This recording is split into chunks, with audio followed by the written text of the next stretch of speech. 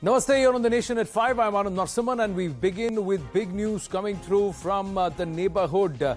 Well, it's all happening or brewing in London, ladies and gentlemen, but it concerns Pakistan. Nawaz Sharif is all set to make a return back to Pakistan's soil. That's what we're given to understand. It seems that the former Prime Minister is ready to come back to Pakistan, and there will be perhaps a situation that will be created in the coming days where his return will become feasible, because there is going to be some action on the court cases against him, whereas the army somewhere has also reconciled to his return.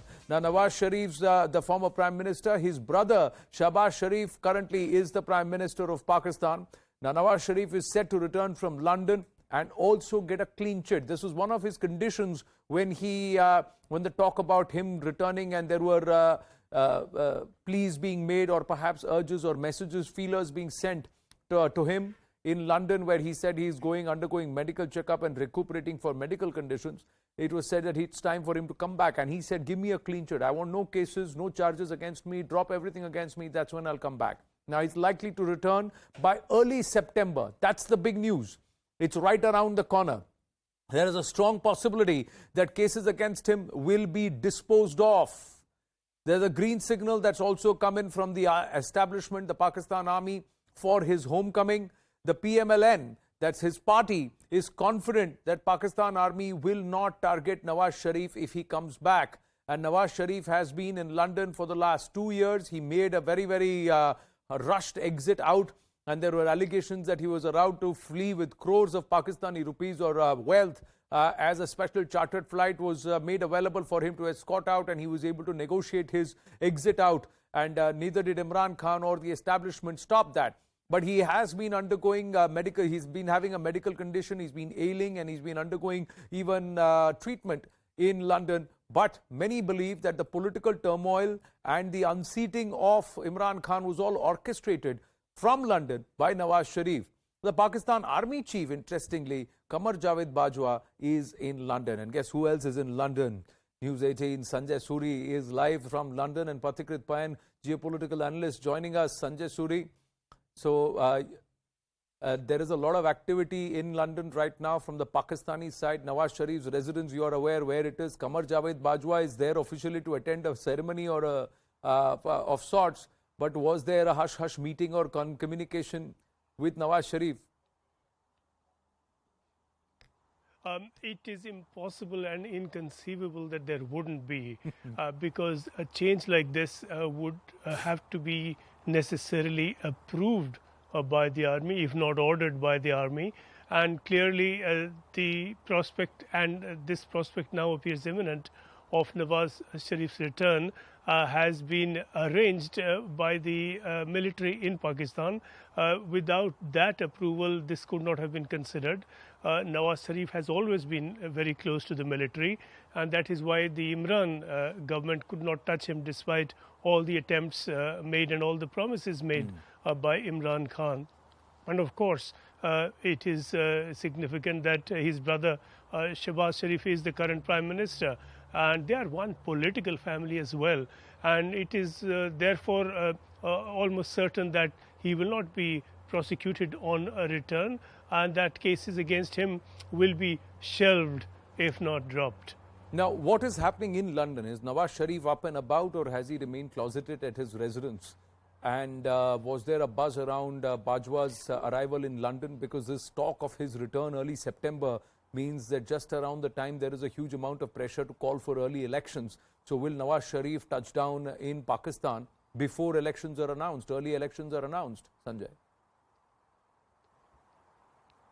Well, you know, London has always been a political waiting room for Pakistan. Just about everybody has been sitting it out in London, waiting to return to power in Pakistan, whether it was Musharraf or Benazir Bhutto, Nawaz Sharif, Imran Khan.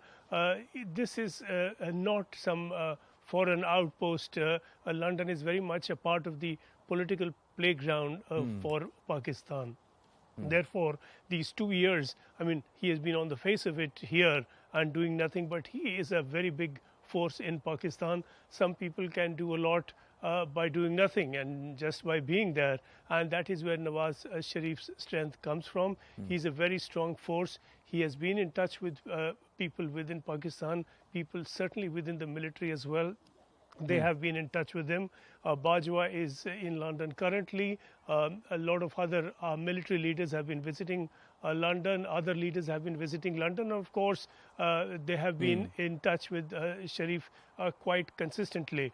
And therefore, this is the product of a good deal of communication and a good deal of preparation. Well, now we're given to understand that Qamar Javed Bajwa is in Abu Dhabi. He's left London, and that sources are saying that they're denying a meeting because they don't need to meet in person because the communication has always been happening, Sanjay Suri. But let's try and understand the ramifications. It's the same establishment that ousted Nawaz Sharif, Pathikrit Payne.